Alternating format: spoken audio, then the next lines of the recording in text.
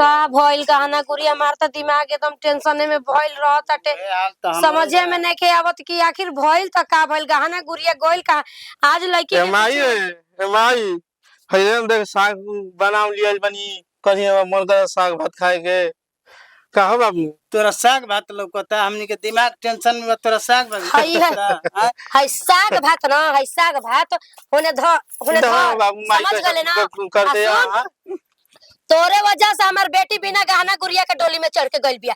अगर ओके कुछ भी भई त देख लिए तो ना तो है तू के पहिला गमी ना तो कहिए कि का कहत रहे ई का कहते हो हमरा तो जाते का कहत नहीं तोरा बुझाई तो के अबले ना बुझाइल त अबले बुझाई करे कबेले समझा तू मानी ओनी ना टेंशन में बिया हमार तो एगो टेंशन बोले रहे कोई हम बियाह ना करो जा तो हमरा टेंशन हो ना भाई हमारी मर्दा के कुछ हो जाई तो का कर बरे माई हम भाई बियाह ना करो बियाह आवे तो ना हमरा टेंशन में बाबू तू हम सपना का देखत रहे कि तोर बियाह हो तोर बियाह हो की एने सुने जी ना बांसुरी ना बंसुरी बाजी ठीक ना और जहां मन करी ता तू घर से निकल के जो हमारे घर में आवे के कोशिश मत करिए मर जाए उलट जाए इसलिए हमारा नींद नहीं आवे तो जननी फेर रोड पर गए हम तार बेटा नहीं बाबू अरे बेटा हो त हमरा मौगी ले बढ़ के तू ही बेटा बाबू सुन है निया अरे भाई गहना गुड़िया चोरी भइल बटे त के करा वजह से भइल बटे के देखे तू ले के चले कहती है ये घर रहती है आज लोग जब पता चल जाओ तो लड़किया के दुख होखी तब बता बाबू हमारा बाबू का गोड़ पर गिरते रे माई गोड़ में लिखे गिरे के सब ना भाई ऐसे मत कर काहे लिखे तो तनी जी चल जो अपना माई की है जो अपनी पहल की माई की है ओकरे के चल जो नतिया मर उलट जतो गला आवा तो रह जाए तू देखावे हमर लड़की के गजन है तो गोड़ लागतनी अभी तो सब कुछ ठीक है बाटे। हाँ लेकिन ए जुगा ना गाना खातिर लफड़ा भइल बाटे। माई कैसे कैसे त इज्जत बचा के हम बानी मर टोप के बानी और जनतरू का कहला दीदी जी ना एक बार हमारे से पूछबो कली ना तो हम बात पलट देनी। हाँ माई देखो अब ना में तहार गलती बा ना हमार गलती बा पूछे वाला आदमी पूछी ना अपन गहनवा खोजी ना। हाँ ज्यादा धीरे धीरे न कसो न पैसा जुटा के बनवा दियल जी काहे से कि ससुरा के न हटे नयर के रही त एगो बात रही कि हाँ हो कनिया माई हेने तकी हो हाँ देखियो आयो जो लगा ना हो है तो नकली हटे इहे हटे दीदी जी हटे ये मैं काले अपना सुन लेनी है नकली गहना पहन के आइल बाड़ू आ को तोड़ू की है हो आ लहंगा चढ़ाओ गोरे कान के झुमका गोरे चढ़ाओ ऐसा वाला झुमका कहां बा दीदी जी सुनी ना बैठी बैठाओ मत हमरा के दीदी जी जानतनी हम घर में न चोरी हो गल रहे यही से न हम ई सब पहन माने रात में चढ़ला बिहान बेला चोरी हो गइल। अरे हाँ दीदी जी कसम से अपन माई क्रिया खातनी माई ना हमार धीरे धीरे न जुटा के रउआ के दे दी कलसिया अभी इज्जत ढाके खातिर नकलिए पहन के आइल बानी। हमनी की ना चाहिए नकली ना चाहिए जैसे तोर माई देले बिनो त नकली अपना माई के भेजा दिए ठीक बा कहां बड़न उले हैं देर बबुआ ओई दादा का हो का हला बा जौन गहना चढ़ाओ गई रहे रवा मेहरारू के मंगल सूत्र आई सोना का झुमका कान में के आई सब का हो गई मैं नकली पहन के गहना आइल बिया उ गाना करने के पहन के लगे ना एगो कुछ नहीं के पहन के मैं नकली पहन के आइल बिया। अरे 1.5 लाख के सामान देहल बा 1.5 लाख के सामान दियल बनू अगर ओकर मातारी ना दिनू एकरा में एक पल ना रखम आ ना तो गहना पहनले बन तो नकली न कहम आए कितना दिन हम छिपाई मैं पालिश मारा के माई तो हमर दे देल बिया इज्जत बचावे खातिर लेकिन मैं तो पानी उघरता मैं देखो करिया होता चलो तो काहे ऐसे है का बिया कहो कब ये काम सुनो हमनी के आंख में धूल जो करे भाई पूरा गाना चढ़ावल का होई चोरी हो गेल से कैसे चोरी हो गई हमनी के चोरी के भागे नहीं खिजा ले ठीक बा अगर गहना नहीं तो ते चला घर ले जो हम तोरा के राखम ना चल निकल अभी के गाना ले कोई तब घर में तब हमनी के सुनी हमर बात पसेना के कमाई 6 महीना में हमरा सबके गहना लौटा दे 6 महीना ए 6 दिन ना लागी ए 6 दिन ना लागी 6 महीना तो बहुत दिन बारे राउर गोड़ पे गिरत नहीं हमरा और घर के इज्जत ना हानि भगाई मत हमरा के कैसे कि 2 दिन ना हम बियाह कइला होता हमारा घर के इज्जत होता का हो कोई गाना में मार रुपया लगा दे हैं अब तो एक घर में ढुकिए चल गोइठा बेच के आए गुरु गोरखनाथ आज गहना खातिर हमार माई या बाबू हमारा के घर से निकाल दिया, लेकिन ना ऐसे कबो ना होके देव। आखिर हमार बहन गहना बिना काहे उतरसी, आखिर ओकरा काज गहना हम जरूर देव। जय गुरु गोरखनाथ। अरे टुअरा बनवला ए भगवान माई से छोड़ावला, यार माई से छोड़ावला हो। अरे मैं भाती हली घरवा से निकालन हो कि किया हो रमा हो। अरे मैं भाती हली घरवा से निकालन हो कि। जल्दी से ले चली। अजी दादा देख एकरा में कोई ना बेला घर देखियो। हट हट हट हट हट। अरे गोड़वा जता गोड़वा जे मार। अरे गोड़वा छोड़ाई ना तो क्यों देख ली। अजी भाई टोपी टोपी टोपी मुहवा देख एकरा के बाद में को जरा दहली हमनी के। चली ना तो अभी केहू बाटे ना ना तो क्यों। भाग भाग भाग अभी। जिंदगी के नैया कैसे हरे कटी हने भगवान, हरे तू ही सहारा अब बड़ेरा। अरे पानी इतना दुल्हन। हे गुरु गोरखनाथ, एक तो हम विपत में पड़ल बानी, लेकिन तू कैसन संकट में हमारा के डाल देला। ना गुरु ऐसे मत करा, हमार सहारा अब के बा। हम तू बड़ा है गुरु गोरखनाथ है भगवान। बेटी अरे पानी। जय गुरु गोरखनाथ। ले बेटी तू पानी पिया। जय गुरु गोरखनाथ। अरे ये तो है भाई, हम भागा कतना बानी ना पगली। भैया तू कहाँ चल गया भाई। अरे तू बेसहारा कैसे हो गई रे। भैया हमरा के सब कोई घर से निकाल ले बा, हमरा के सब कोई डर करत रे भैया। हम जाने तारी बहन तोरा के घर से काहे के लोग निकले बा। ये कहानी हमरा तू मत बताओ बहन। भैया तू मत रो भैया। चल तू हमारा साथ बहन। भैया हम कहाँ जाए, हमरा के तो सब कोई मार के जगह फेंक देले बा। बहन हमर कहाँ तू ऐसे मत कर, तो ठिकाना बहन हम देवाई। तू चल हमारे साथ।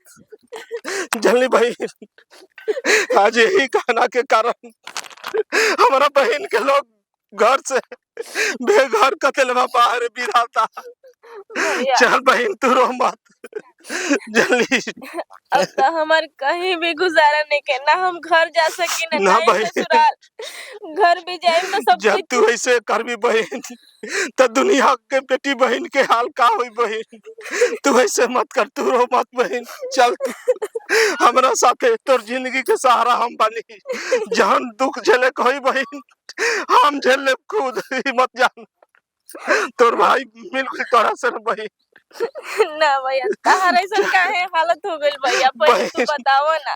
चल ये कहानी बहुत लंबा बा तोरा के बहन। तू हमारे साथे खुद चल भी तो तू खुद मैं बात जान जाबी बहन। चल बाहर ना कष्ट देता रही हमारा लड़की के उनकर दया दिन। आई मान तनी सास नहीं कि आज सास रहती तो ये हमारी परेशानी बुझती ना। माते आप मत घबराइए, आप लोग के साथ हम लोग हैं। चलिए अब बताई गहना गुड़िया जब चोरी हो गल तो उतना तत्काल में कैसे हम अपना बेटी के गहना गुड़िया चढ़ाई। के बाटे लोग दर्ज करते हैं ना तो हम लोग चलते हैं। हाँ कि गहना गुड़िया कहाँ चली गई। चलिए चलिए हम लोग हैं ना साथ में। कैसे चलिए परिवार आप को रखना कुछ भी चाहिए। नहीं सबक सिखा देम जा निमन से, जितना हमारे बेटी के कष्ट होता है ओकरा से दुगुना कष्ट होके के चाहिए। हाँ चलिए हम हैं ना। चला ऐसे नंबर शासन आइए आइए बूढ़ पुरानिया कहाँ कोई जी कैसे कहा कोई जी कहाँ से हम आइए साथ में, आइए आइए। शासन के साथ आ गए ना। कि इतना भीड़ लागल बट मन बहुत घबराता टे मैडम जी जान यहाँ कुछ हुआ है? इनसे पूछिए ना इनसे। कौन सा घर है? देखिए चलिए मैडम जी आए हम देखावो तनी कुछ ना होके के चाहिए हमारे आप लोग के। ये नो कि शाम हो गई चल के तो पर दिखल जाओ ना तो हां ना तो केहू देखी तो बवाले हो जाई। बवाल ना हो जिस पर पहचान ओकर घरवा फोन कर देल बनी कोनी के है। चलिए मैडम माई भी चली तो तक के आवल जाओ तो तक के ए क्या बात तुम लोग कहाँ जा रही हो इधर? मैडम जी ये हमारे लड़के के दे दी नहीं आई क्या की हो? क्या की हो? लड़की कहाँ है बताओ तुम लोग। बताओ। कौन सा लड़की? कौन सा लड़की? अरे हमने तो कहिए मेरे से कोमल अभी लड़की 2 दिन शादी करके हुआ, अब जानते नहीं हो कहाँ है? खुद भाग 76 रह लिया, बताओ 76 रह लिया, दीदी 72 को से बतियावत रह अरे लिया। रुका ना, बताओ ना हाँ? सुनिए सब कुछ बताओ कि जहाँ पिछवाड़े बता देगा ना। अभी हम सुबह सुननी हमी कि गाना गुड़िया खातिर केतु भरल है तले हमर तो हमें गुड़िया लिया खतु कोई नहीं, हम घर से पढ़े के कोई नहीं। अभी कौन चीज तो पता बतिया पता बता लगा कि कहीं से लाओ लड़की, नहीं तो हम जल्दी लोग बताओ। जानते हैं ना पुलिस वाला आदमी है। जल्दी बताओ, जहाँ थाने में तुम्हारे जाएगा तो मारे के 4 दिन। बताओ जल्दी, गाना लेके आई वो बताओ जल्दी, तुम क्या कर रही हो? खुद कल आई है बताओ चलिए देखिए खुद बताओ कि मर बहुत घबरा आइए भाई। जल्दी बताओ। अरे सुन जा पहले हमार बात, हमने कोई मरले नहीं की जा, हमने के भालू पकड़ ले बनी जा। ले चले। हां भाई बतावे के नहीं किए जय हो गोरखनाथ अलख निरंजन बाबा गोड़ लगा तनी बाबा हमार सदा सुखी रहा। हमार लड़की के अरे? पता नहीं के चलत बाबा हमार ये कैसन रोड पिटन, ये सब कैसन भीड़ बा? बाबा गोड़ लगा तनी बाबा सदा सुखी रहा, सदा सुखी। नहीं बाबा भी है बाबा ये कैसे हो गई? जय है गुरु गोरखनाथ। भौजी ये कैसे आगे गुरु के संग? हमने के तो मार के बीक देले रही जाए चल गए ए बेटी इधर आओ, इधर आओ, इधर आओ, इधर आओ। क्या हुआ तुम्हारे साथ, बताओ हमको। मैडम जी, ये लोग बहुत पापी लोग हैं। गहना के लिए, कुछ पैसा के लिए हमको मार के फेंक दिया।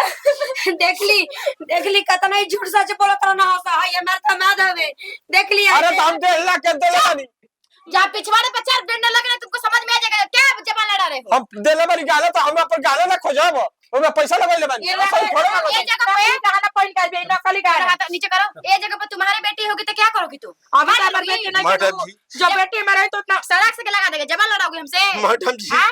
मारिए सर तब एक घर वाला ठीक कहता माई, माई तू तो हमारा के गहना के इंतजाम लगा के माई तू तो हमारा के घर से निकाल देली। हाँ माई, ये भैया हवे तोरा के गहना चाहिए ना, अरे ओकरा में हमार कुछ कसूर ना रहे, हम ये नहीं खे गहना के बारे में कुछ न जानते रही माई, लेकिन बहन तू यही घर में रह भी एरी के गहना चाहिए ना। हमने के गहना जब तक ना मिले हमने के ना रखल जाई जय गुरु भले गोरखनाथ। तू बारी सब जेल कटी हम तुम गहना के चक्कर में का लड़की की जान मार दोगी? जय हम जान नहीं कि मारले मैडम जी हाँ, बस घर से कहला नहीं कि जो तू अपने माई बाबू से गाना शादी लेके का आ लिया हुआ है। कह रही है जब हम अपन पैसा लगा गाना चढ़ा देबे तो कम से कम हमार गाना मिलेगा चाहिए ना। बताई मिलेगा चाहिए ना चाहिए पहले तू के गहना आजकल सच बोलत ए, तू चुप रहो, तोरा के गहना चाहिए ना। हां गाना इधर देखिए, गाना देखिए, गाना देखिए। ये एरी के गहना ना मैडम, अरे ई तो हमारा पौजू लगा के माई है बाबू तू जाना घर से निकाल देना जाई सौतेली मातारी हिया। यही अपन आपको तो समझना चाहिए। हाँ? बहन के इज्जत बचाए खातिर आप हम लोग का का कहना कहीं नीचे हां दी गाना दी हमार ले बहन पापिन कहीं का इनको तू कहता नहीं अबे आचल जन प्रसाद जेल में जल्दी जाएगी ना तब इसको समझ में आएगा क्या हम बोल रहे हैं, क्या नहीं बोल रहे हैं। ले थाने अपन में जब गहना। जाओगी वही हाँ रिपोर्ट तू यही घर में रह भी भैया तू कहाँ जाइबा? बहन हमार तक गुरु के कसम हो गलो बहन। ना बाबू ना बेटा हमसे बहुत बड़ गलती हो माई गाना सरस्वती के हमरा के- बैल बैल जमुना जी के हमारा गोड़ पे गिर के तू हमारा के नरे हमर बेटी के जान ना बचा रही तो बाबू सब कोई गलत करता। हाँ भाई, तोर गलती के सजा देख ले, हमरो के तो मिल गइल। ये गाला ठीक बा बबुआ के लिया ज्ञान के गड्ढा खोले लोग भगवान खुद गड्ढा में गिरावे लन्ने भगवान बहुत बड़ गलती कर हमरो तुम्हारे करनवा हे माता जी जोगा वार मवनी, अरे जोगा वार मवनी हो, अरे खैनी जे गुरु के कसमवन हो कि हमरे ऊपर हे माई चोरिया तू लगावलू हो, अरे हम नाही चोरवले रहनी गहना न रे। समझ में आई माफ करो, चलो घर में। बबुआ बाबूजी हमने के बुढ़ापा के सहारा के बने अगर तू छोड़ के बस। चल जे बता बेटा माही तोरा दरवाजा पर हम आवत रह, लेकिन बाबू माई के तू भूलैया जा ना बबुआ ठीक चलो बा। घर, ठीक अब लागल। बहन तू जुग जुग ये घर में सदा सुहागिन बन के रही बहन, ये हमारा पूरा वादा बा। अब हमारा के चले दो भैया तुमसे मिले ही बना, बहन, जरूर आई। तू ही होगा हमार बहन बाड़ी। तू हमेशा आया। अरे माई तो हमारा का मैं बात समझत रहे, लेकिन तोहरा का मैं बात कबो ना समझत रही। कहनी कि चलो हमारे बहन भी आ। चल बहन ठीक बा। बबुआ मान दे बबुआ। बबुआ जाने दीजिए चला घर में गाना मिल देखो बोलता। हमनी के माफ कर दिया, गाना के चलते तारा के चलो इधर हम घर से बाहर निकलत इनको रही पकड़िए, आप लोग पकड़िए इनको पकड़िए। चलो रिपोर्ट थाना में, चलो थाना में। आ मतलब कोना जुर्म में हमनी के पकड़ के ले जिम बताई कौना जब जुर्म हमनी में? के गाना मिलिए बोला हमनी के रखे खाती हमनी के अरे ये तू दुए में विश्वास है जी फिर बात मार दोगी ना ना ना सर ऐसा गलती ना होई हमनी से। लोग के सबक सिखावल जरूरी तुम बाटे। भी चलो थाना में, तुम भी बाप तू कौन का मारू? कुछ नहीं की हो, चलो थाना में। पकड़िए ना आप लोग, लड़की पकड़िए। से पूछिए, कुछ भी होगा तो थाने में रिपोर्ट देना। सर अब गलती होगा तो हम लोग के मारिएगा, पीटिएगा, ले चलिएगा थाना में, बंद कर दीजिएगा। बाकी अब शिकायत के मौका नहीं देंगे तुम हम। लोग को तो समझना चाहिए, एक बेटी होके सुनिए इनके मुंह से क्या बोल रही है। हाँ मैडम जी छोड़ दी। जाए दी हमनी के ठीक है, हम लोग गाना के जाएंगे। चक्कर में इसे पड़ गए जा। चलो तू घर में चलो, तारा कोई दिक्कत ना हो। हमनी के ब्रोवर लड़की के साथ कुछ ना कोई रकम जा मेरा बेटी के कौन दिक्कत ना हो। बेटी कुछ होगा तो थाना में आना, ठीक है? रिपोर्ट लिखवाने। ठीक बाटे। चलिए अपन ख्याल रखिए मैडम। कुछ ना होके के चाहिए। अरे रौरा बेटी के कुछ ना होके हमनी के खबर देना खाली हमनी के बढ़िया से रखल जाई। चलो। देखो, जौन भइल भूल हमके माफ करिया। हमनी के ऐसे ना करे के चाहत रहे तारा संगे। लेकिन रउआ के ऐसे ना करे के चाहत रहे, कैसे कि सात वचन सात फेरा न ले रही हो संगे। का करूं? अरे गाना के चलते हमरा कुछ समझ में ना आई। पहले एगो पैजानियो कोई रहनो हमारा से बढ़ के अरे ई सब छोड़ ना, कहा ई गाना छोड़ दो। गाना से का मतलब बा? अरे गाना आई चल जाई, इंसान फिर दोबारा ना चल आए। आई नकली खोल के असली पहिन ला। चल ता ले ली, चल। हमके कुछ न चाहिए दीदी। चलो अरे तू ना घर में चलो। लो हम तोहरे खातिर